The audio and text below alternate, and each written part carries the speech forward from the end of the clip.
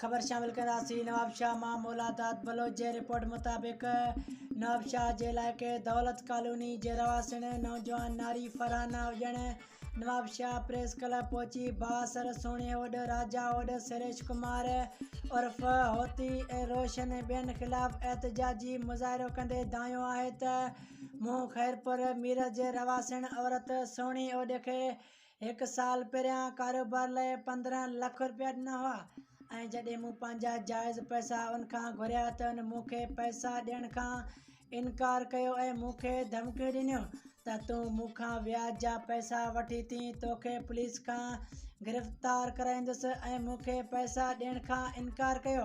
हिन चयो त मां व्याज जा पैसा नथी वठां, मुंहिंजा जेके जाइज़ पैसा आहिनि उहे मूंखे ॾिना वञनि। हिन चयो त मूं पुलिस खे शिकायत कई, लेकिन पुलिस मुंहिंजी का बि मदद नथी करे। जॾहिं त सोणे ओड पंहिंजे मैनेजर सफ़र जोगी जे चवण ते मूंखे तंग करे थी ऐं पुलिस जूं धमकियूं ॾिए थी। हिन चयो त मूं सोणी ओड वटि VC रखी हुई, मुंहिंजी उहा VC बि खणी वई। हिन चयो त सोणी ओड बास राजा ओड सुरेश कुमार उर्फ़ होती रोशन मां मूंखे जान जो ख़तरो आहे। मूंसां इंसाफ़ कयो वञे ऐं मूंखे पंहिंजा जाइज़ पैसा वठराए ॾिना वञनि।